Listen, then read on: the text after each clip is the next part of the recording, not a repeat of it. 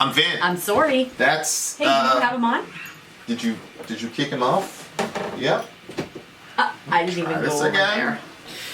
Yeah, nobody's responsible. Make sure you pick a color that matches good with my shirt. Nobody's ever responsible. We're going with green. Okay, well, my shirt is bright yellow. I cannot tell you how much I love this thing. Oh, I thought you were going to say how much I hate your shirt. I was like, I knew you were going to hate it, but I like the color. So I don't hate your shirt. You don't? Why would I hate your shirt? Because you don't usually like the lime green, and it's not lime, but it's kind of... Well, the light on the back, I thought it was actually a white shirt. And anyway, this has nothing to do with our channel. Okay, so... We are Vin and Sori. We're a reaction channel where we listen to music. We react to metal. Metal. There you are.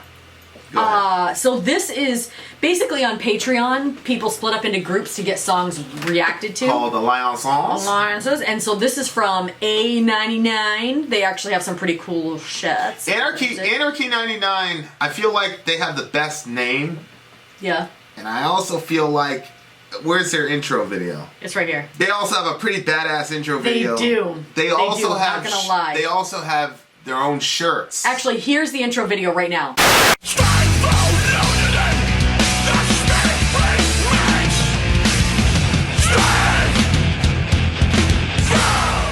They also have their own shirts. I mean, they're badass. Now, we are working on getting shirts for other bands. Right. We'll probably have to get with the Alliance leaders and see what their designs are. So, yeah, Alliance leaders kind of work on that, and then we will get those up on Teespring for you guys. So, let us know as soon as you want. I saw a song called Do What You Want. I'm like, holy cow.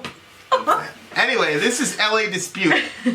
I'm pretty sure LA Dispute is a punk band because I remember when we did Punk Week, LA Dispute was one of the bands. Yeah. Okay.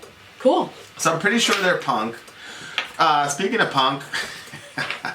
What? Every picture of Nancy Pelosi is just funny to me, man. Oh. Nancy Pelosi is planning on announcing Tuesday on whether the House will vote on an impeachment query. Oh my gosh. Anyway, speaking of which, for timely topical political commentary, you can hit us up at Middle America with Vin and Sori. But now, LA Dispute, I See Everything. Go!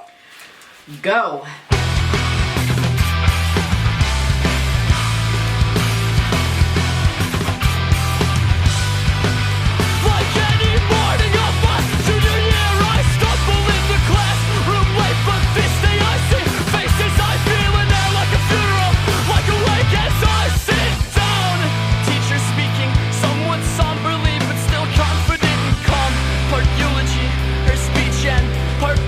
Celebration song, her warmth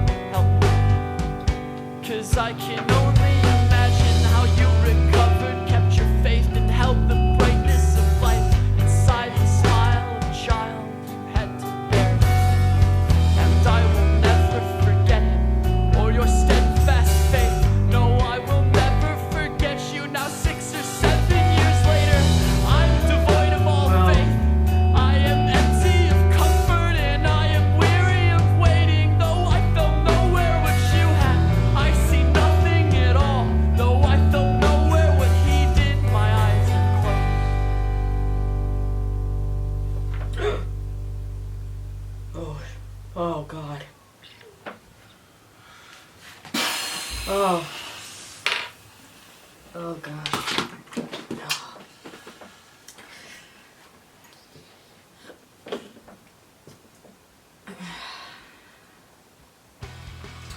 Oh, it makes you feel like sick to your stomach. You can't breathe good. I like to listen to spoken word, so I Google those a lot.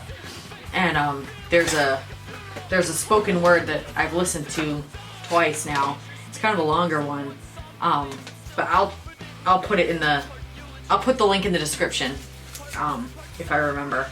But it's about a little girl that had I believe it was cancer. And she went through the treatments and stuff, and she didn't make it. But the person that does the spoken words was, knew her, and she had heard his stuff, and it kind of helped her through and stuff. And so he would, oh man, it's just heartbreaking. It's just a kid, man. And she too, maintained strength, but for other people, it's hard to watch a child suffer like that. And oh my gosh. Who was the person talking at the end? Is that the student or is that the teacher? It's a teacher. Oh gosh.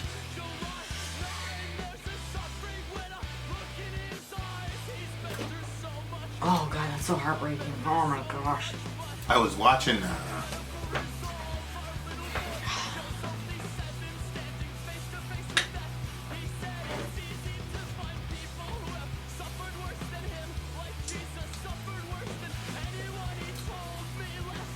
His voice is perfect for it.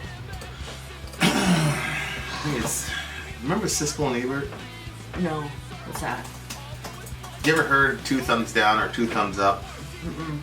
Like when you're rating a... Oh yeah, yes, yeah. Actually. That came from these guys, Siskel and Ebert. Okay. And so they used to what do you call it? They used to rate movies. Okay. So if they both liked it, it was 2 thumbs up.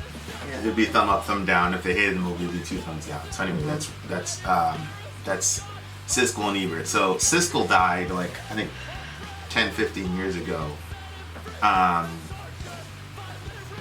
But Ebert died recently, and I was reading because, like I said in the other review, and he was dying of cancer. And so I was reading a lot of, that was him, and then that's he died right before cancer. Was it in his jawline? I don't know.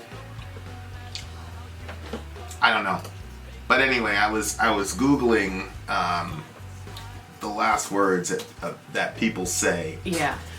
Before going on to the end, so they die, and this is what he and his wife had a conversation right before he died, and he said something to her that was really, really interesting. He said,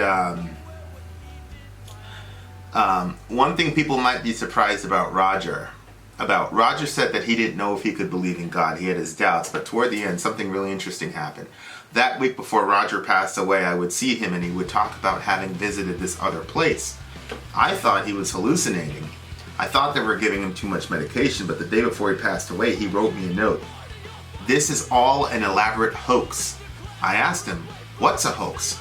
And he was talking about this world, this place. He said it was an illusion. I thought he was just confused, but he was not confused. He wasn't visiting heaven, not the way we think of heaven. He described it as a vastness that you can't even imagine. It was a place where the past, present, and future were all happening at once. And then the next day, he died. And so, it was really, and then of course, what's his name? Steve Jobs' last words were pretty cool too. Right when he was dying,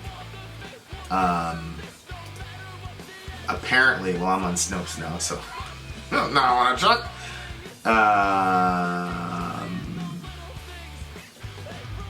No, he didn't say that. That's not the one I'm looking for. Good, I'm glad. There you go. It's at The Guardian. So apparently, when Steve Jobs was dying, those were his last words. Oh wow, oh wow, oh wow. And Wow. yeah, that was pretty cool. He looked into his children's eyes as if he couldn't unlock his gaze, and then and that's what he said. Before embarking, he looked at his sister Patty, then for a long time at his children, then at his life partner Maureen, and then over his shoulders past them, Steve's final words were, "Oh wow, oh wow, oh wow." So, anyway, you guys know what we believe. You know, we're Christians, so we believe that Jesus accomplished salvation for us by dying on the cross for our sins and rising from the dead. And so we believe that,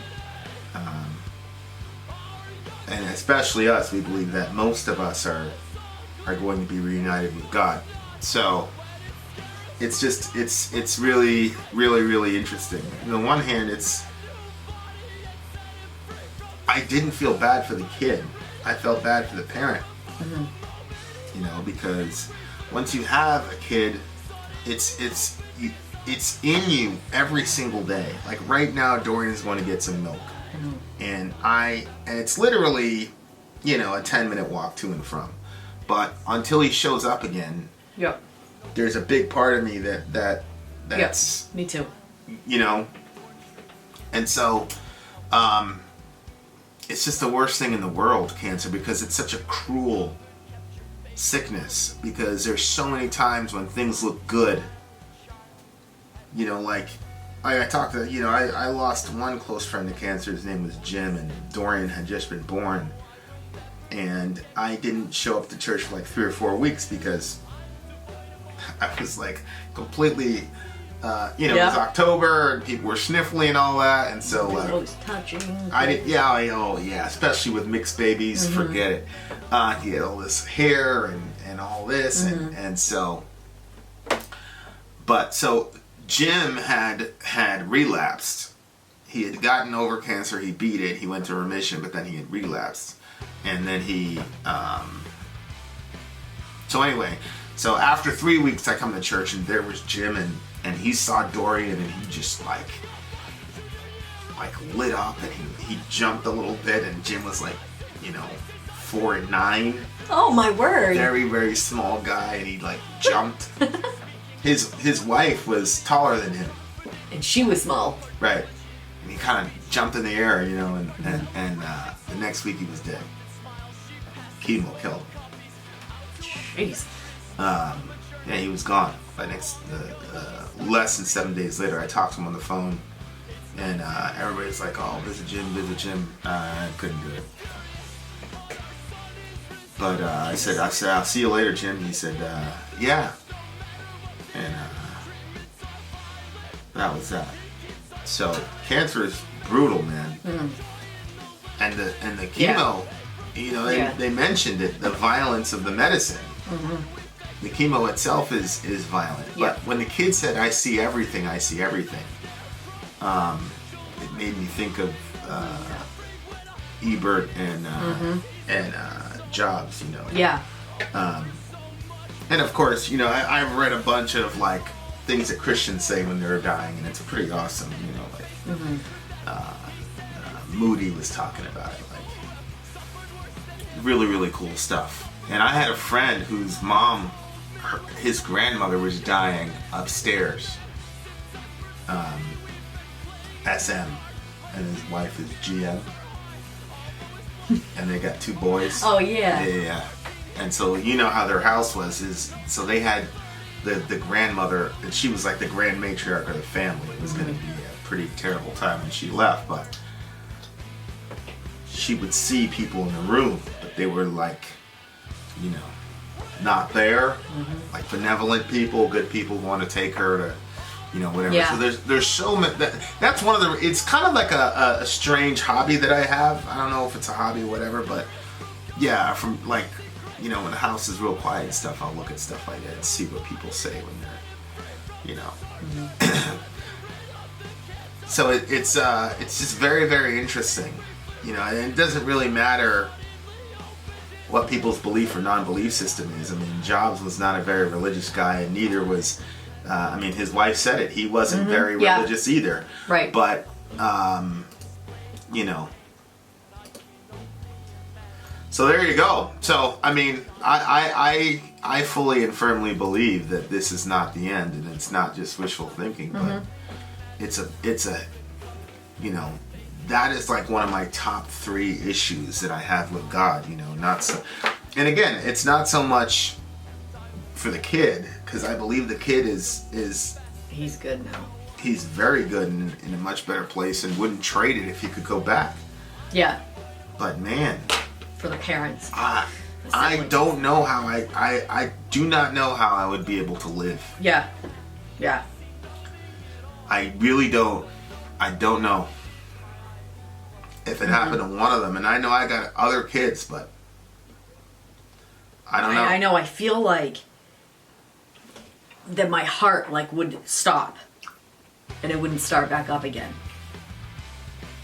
Like, I know that, like, literally that wouldn't happen, but it literally feels like that's what would happen. Yeah. You know, when I think about, you know, or where somebody's child goes missing and they don't find them, and I don't understand how you can have any semblance of normal life after that. You know what I mean? Like, yeah. And I mean, I'm sure, like, as many people as watch our channel, I'm sure somebody's experienced something. My heart goes out to. Oh my gosh. I even hate the topic. Yeah. Because I feel so like. Yeah. Unclean, because I'm like, I do not want that to happen to my kid.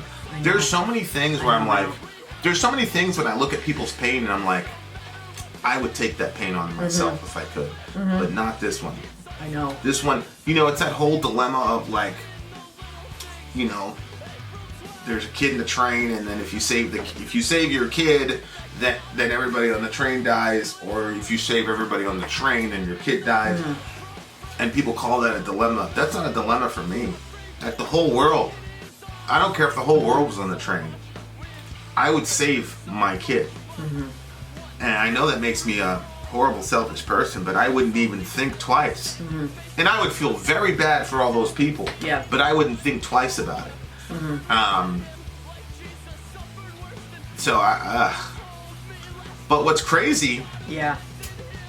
He said it's easy to find people who have suffered worse than him. Like, Jesus suffered worse than everyone, he told me last night, when God abandoned him. That is such a crazy little line, because there's a lot of times when the person suffering ends up, you know, ministering to and preaching to the people that are caring for them. Yep. Because obviously the kid is right in some sense, because he could have cancer in India, where there isn't morphine and all the other stuff to try to ease it. Yep. Absolutely. And obviously also from a biblical perspective, you know, this is one of the real, in my mind,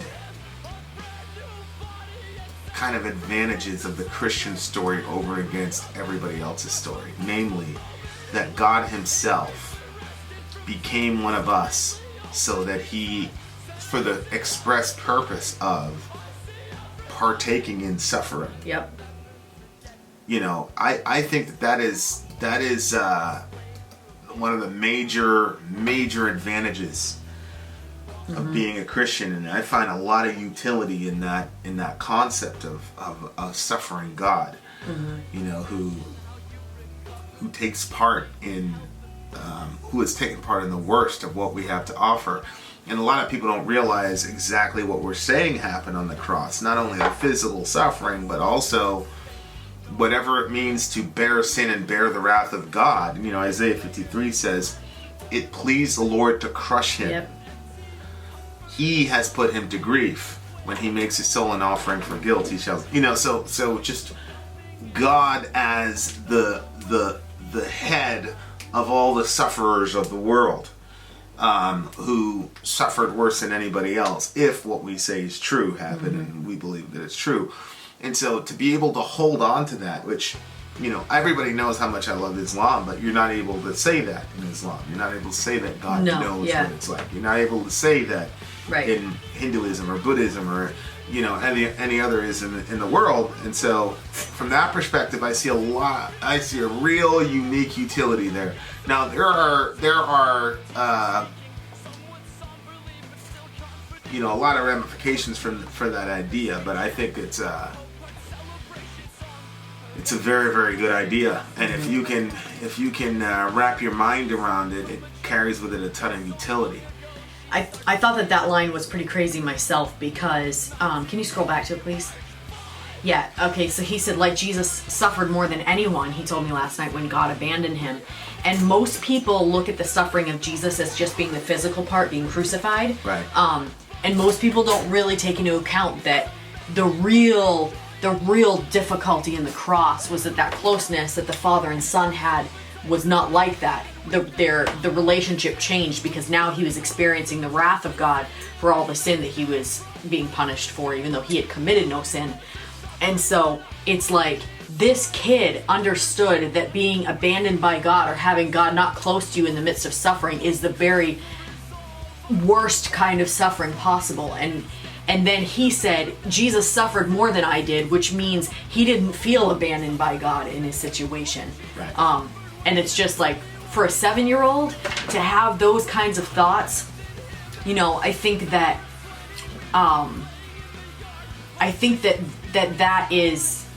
there are times where God meets children in a way that is different and more special than even how he meets with adults. And I think that a lot of times he comes to them in very painful situations. I've been mulling over something that happened to me when I was a kid, and that's kind of the conclusion that I'm finding, is that was actually the genesis, the beginning of my relationship with God. I always feel like I was a Christian, and I always wonder, like, when was that moment and stuff. And I think that in the moment of very, very, very harsh difficulty was when I really met with God. But well, yeah, and that line, when God abandoned him, is where Jesus says, my God, why have you forsaken me? Mm-hmm. A lot of people don't realize this, but there's a passage in Romans 8 that says,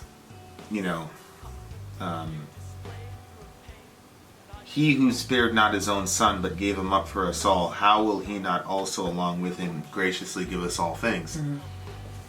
And it's when it says he who did not spare his own son, but gave him up for us all. That term, the Greek term, gave him up, is literally the same word that is used of Judas when it talks about Judas betraying Jesus. Oh my gosh. To the bad guys. So it's literally the exact same word. And so there is a sense in which Jesus was definitely abandoned by God in that moment, so that when we're going through cancer, or when Jobs is going through pancreatic cancer and Ebert is on his way out, that they are not abandoned, because Jesus was abandoned. Mm-hmm. And I just, that's a heavy concept. And that's one of the reasons why the Christian story just, look, I can argue all day and blah blah blah and proof and apologetics and da da da da, but the power of that kind of story is and I've lived it. Mm-hmm. I've had some very, very, very dark moments in my life. You guys know that if you've been around us for any period of time. But he's never abandoned me, ever. I was one of these people that tried like mad to get away from Christianity and get out of it and outrun it. And it's kind of like Jason. Like you look behind you and you're like, oh, okay, he's like 10 paces ahead, and like, oh, let me go through this secret door. I turn around and, hey, how are you? Yeah. It's like that, And he's chased me down my whole life long, and I'm very grateful. Mm-hmm. But God, we're gonna have to talk about this stuff, man. These kids and these parents. It's and then you think to yourself, I didn't really understand John 3:16 until I had a kid. Oh my gosh. God so loved the world that he gave his only son. Like, you're like, oh, you know. I'm like, oh, he took the easy job. He sent someone else to die on the cross. Yeah. Like, oh, okay, yeah. Not realizing that as a parent, My gosh. you would claw and scratch and fight to take your kid's place. Absolutely. Absolutely. The thought of being crucified is absolutely terrifying to me when I think about, like, oh my gosh, and you're alive for so long and all of that. But, like, within myself, I think to myself, if they said, we're crucifying one of your kids right now, or you can take it, there's not even a question. There's not even a question. I feel like I could nail my own hand so my kid wouldn't have to. Yeah. Yeah. And so Paul got it. He was like, what do you mean God doesn't love you? He didn't even spare his own son, but he betrayed him for you. What are you talking about? Mm-hmm. And then you go, okay.